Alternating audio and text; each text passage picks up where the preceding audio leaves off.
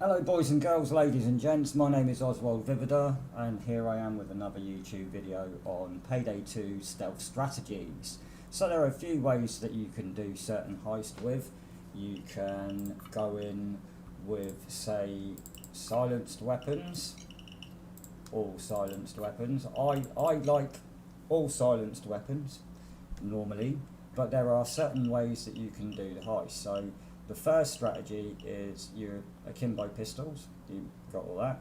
And there's another strategy where you can use the judge shotgun with the buckshot, which is really handy. It can make civilians and guards like fly, can be quite handy. You can also open doors with it. That's another strategy. So if you're struggling to open certain doors, or you know the time on the door is really, it only works on some particular doors. So it's normally just wooden doors, metal doors it won't open. I found. Also, there are other ways that you can do certain particular heists. So you can take, say, your drill. So on particular bank jobs, I would suggest that you take the drill. So on most of your jobs, I would recommend that you take a single pistol because of the glass. So I like having a single pistol for when I'm walking around, because if you shoot, say you've got your akimbo pistols on, for instance, what you've got to realise is that if you fire a shot, you are going to fire 2 shots. So each chamber will release a round. And say, for argument's sake, you're locked onto a guard, and you shoot the guard, he's going to drop to the floor, and whatever's behind him you're going to hit with the second round, right? So if he's behind glass and you go black, black, the first round's going to go into the guard, the second round's going to go through the glass. Glass is broken, and whoever passes the glass will see it and trigger the alarm. So whether that's a civilian or whether that's a guard, hence the reason I prefer using a single pistol.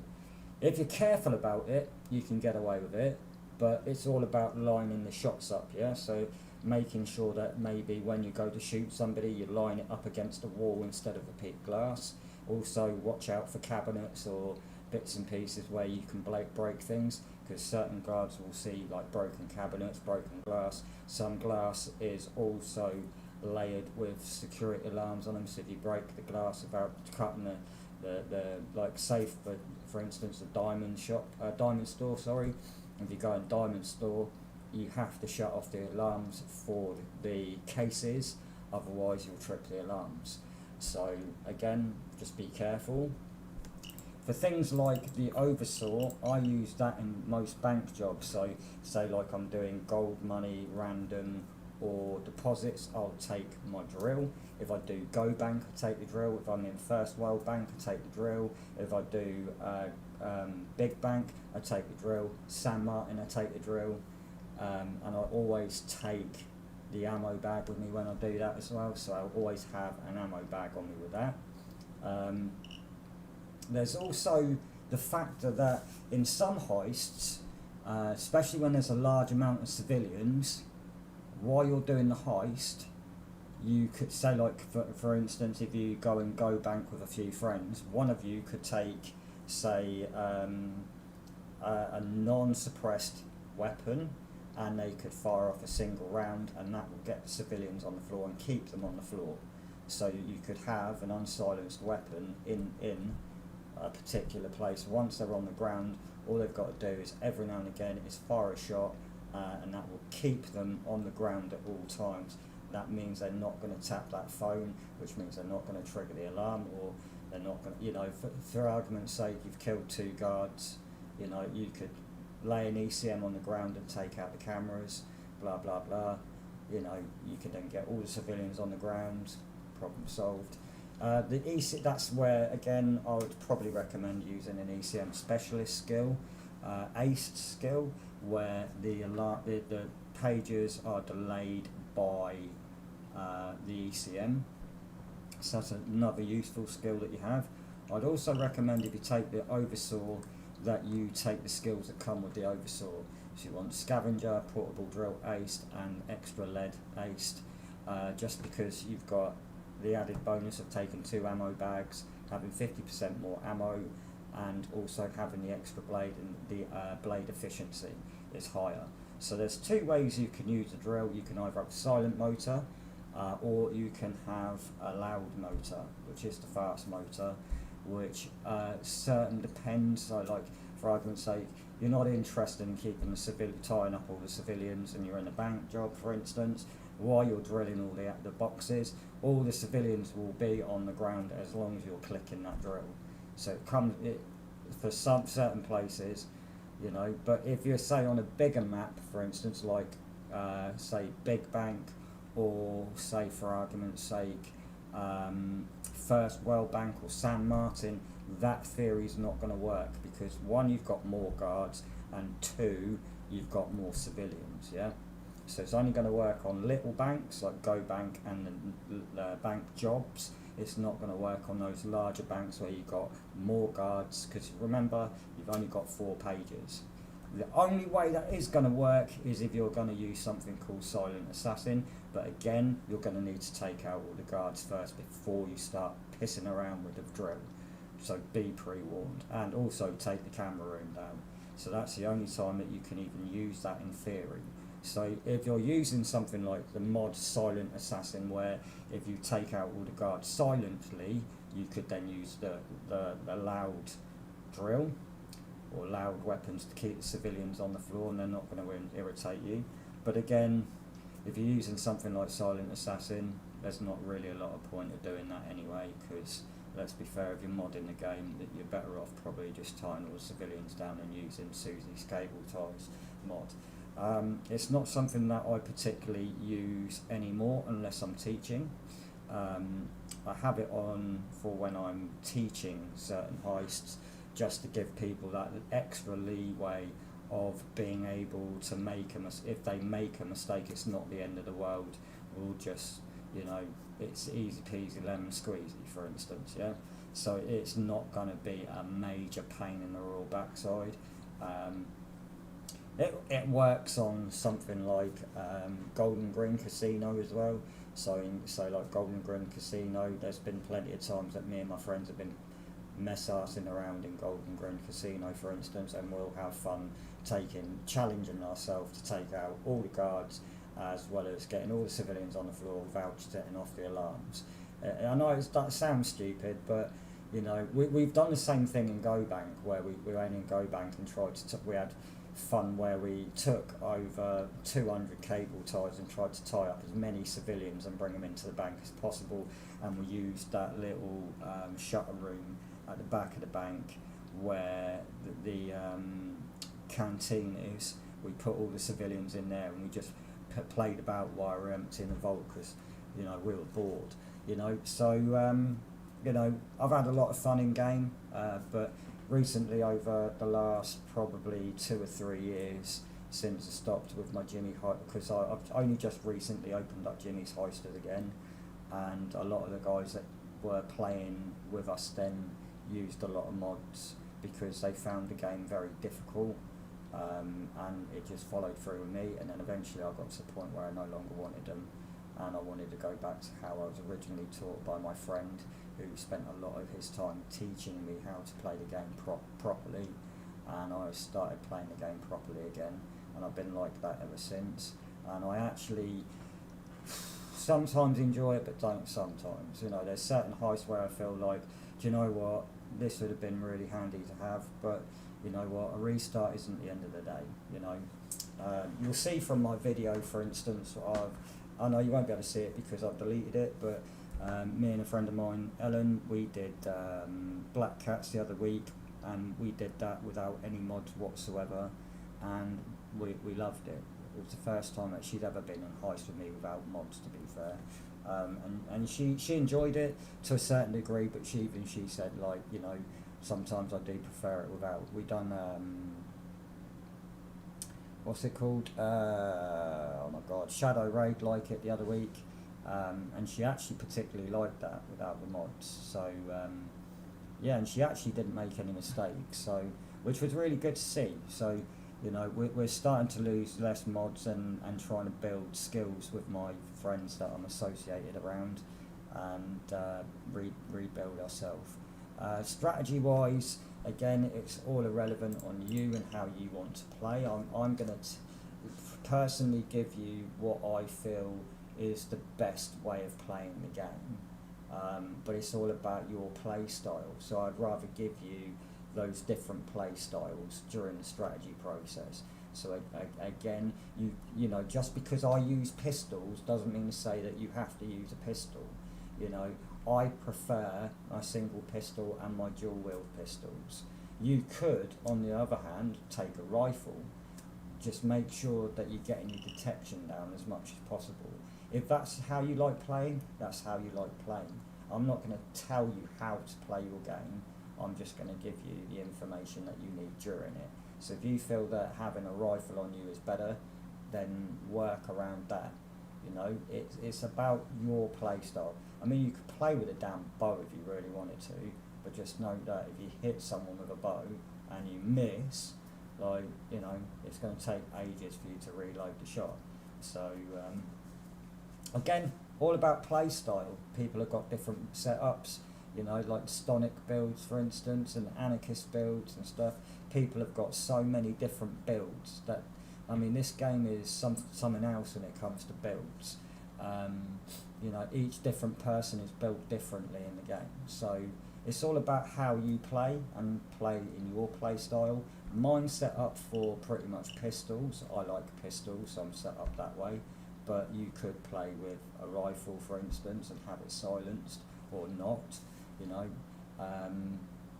know, each to their own. I mean, depends on the heist, to be fair.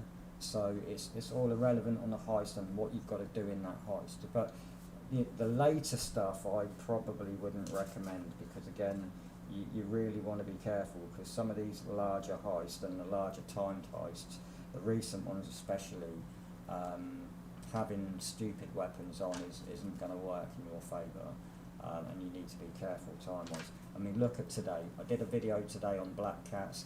I got all the way to the end of it. I turned the corner, ran into the guard, tried to back off, knew I wasn't going to be able to back off in time. He'd already clocked me. I can see the detection meter go up through the roof, and I knew it was going to detect me. I just shot him by pure accident and thought, great, here we go.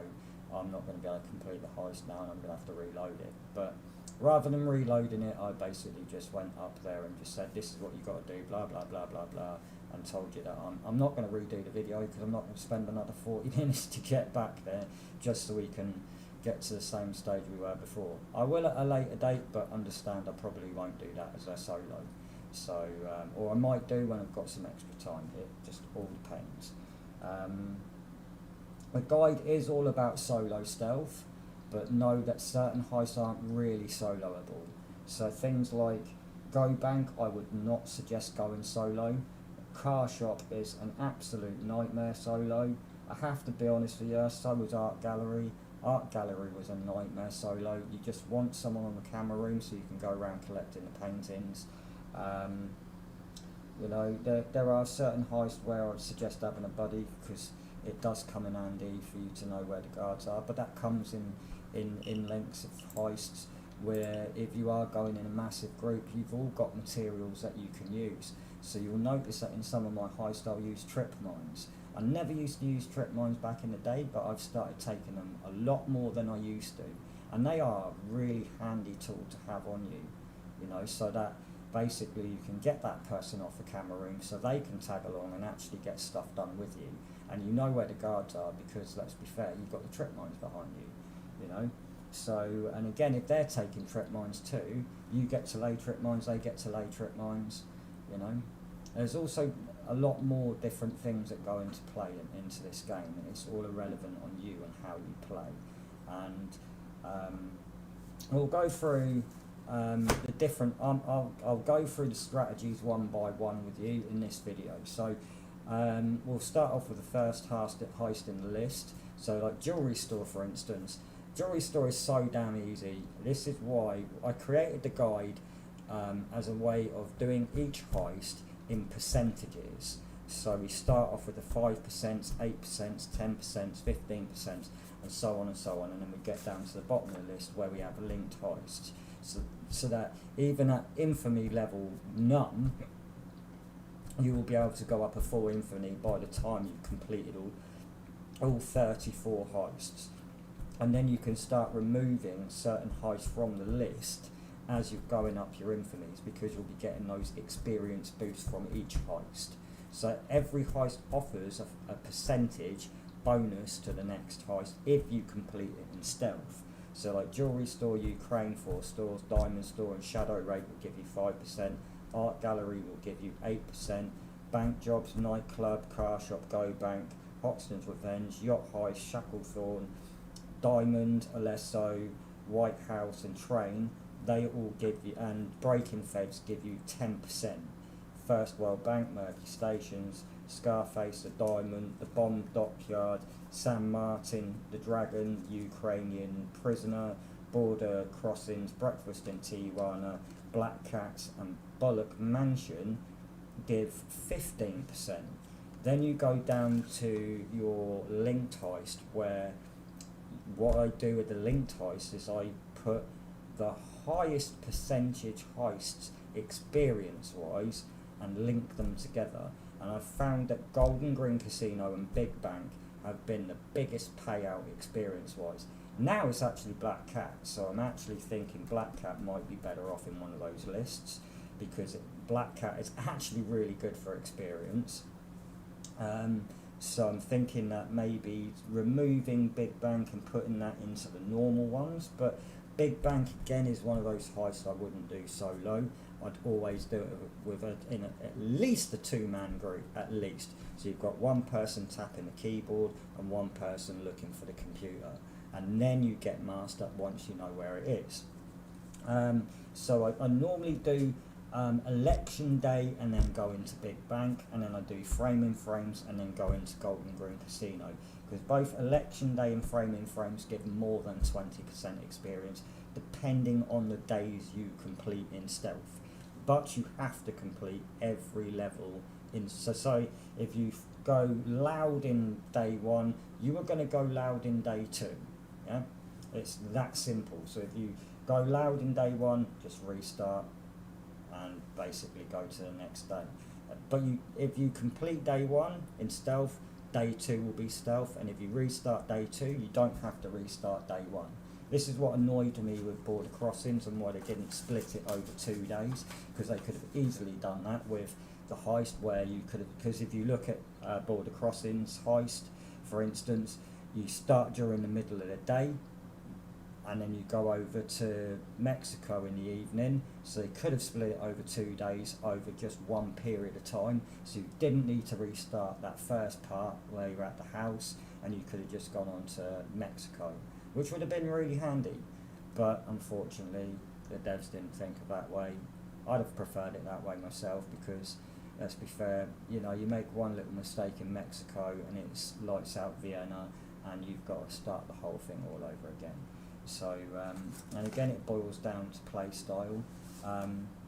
Things like, you know, Breakfast in Tijuana, I mean, you could solo that. Yeah, that's not so bad, but again, like some heists, you've got a better stand-in if you have a group of people with you.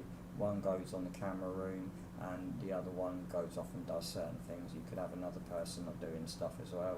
Like with Go Bank recently, did a Go Bank last week, and we went into Go Bank as a team of 3 and successfully completed it, I think the 3rd time round, because there was a mess up with the pager at first with one of the cameras. We forgot one of the cameras and ended up having to restart. Second time round, we ended up hitting a guard in front of the door, and another guard walked in and the cameras detected the guard, so we started again and we done it properly and we got out. But we only got, I can't remember how many bags, but the alarms triggered right at the end.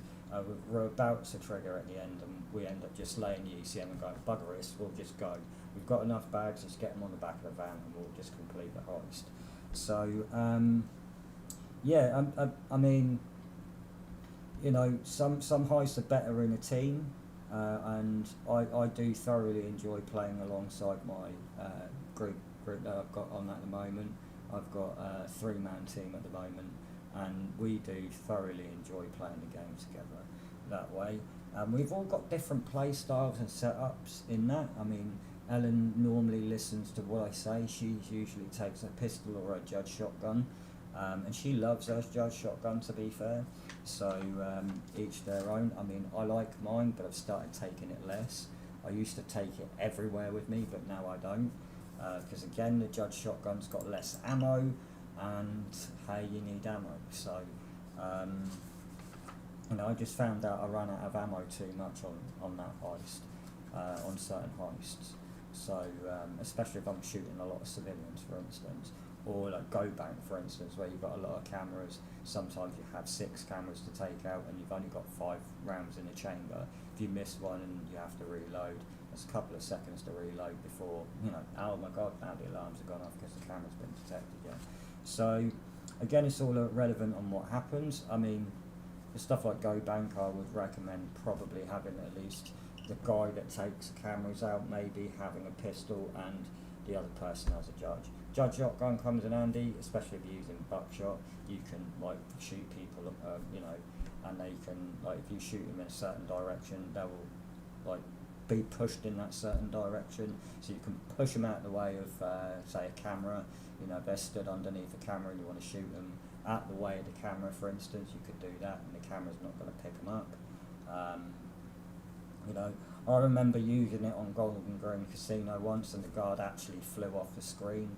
I'd done it on Yacht Heist, and the guard flew off the screen, and the guard went off, which was quite amusing because I couldn't get to the pager. So we actually we actually took some screenshots of it because we actually thought it was really amusing. But again, sometimes not recommended. Again, you could use big shotguns. I mean, there's plenty of them. Let's have a look. So the shotgun I'm particularly talking about is the Remington M870 short barreled, which again you can set up in that same manner. It's just all irrelevant on how you particularly want to be set up.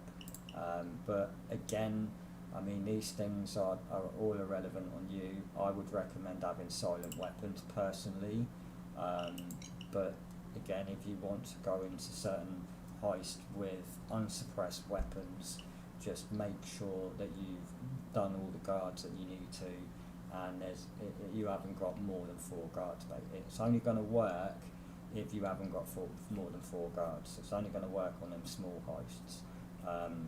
So things like jewelry store, Ukraine job, and maybe 4 stores, diamond store.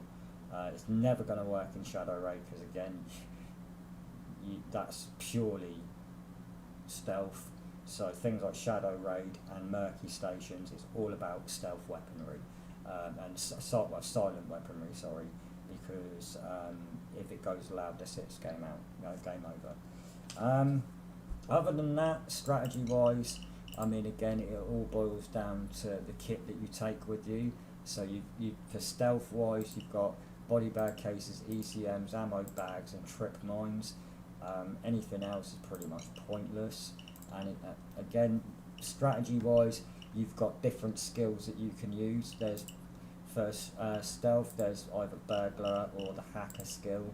Personally, I don't particularly like the hacker skill. I tried it and didn't really enjoy it. The pocket ECM just doesn't really last long enough, and unfortunately, I don't really get the idea of it. So I went back to burglar. I just didn't really like it. I think I've been stuck with burglar for far too long. I just got too used to it.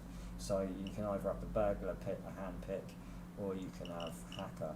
But hacker is useful in a team. So you're close to hitting a guard, you need to delay it ever so slightly, or you need to kill a guard who's like walking in front of a camera or whatever, or even worse, like you come across a situation where you killed the guard and you just need not to set off an alarm, for instance, like maybe a civilian or whatever, and someone else has got the hacker skill, comes in handy just to get them to proc the pocket ECM while you're taking care of the situation, and they can come into the rescue and help you out.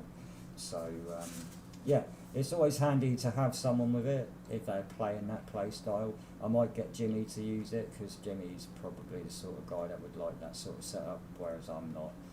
Ellen doesn't really like it, but Jimmy probably would. Other than that, that's pretty much all of it. I think I've covered everything that I need to in the video. I hope you enjoy Payday 2, and if you ever need any help or assistance, then please feel free to get in touch with me, and check my guide on Steam and YouTube, and check my other videos, and give me a like and subscribe. Comments are welcome.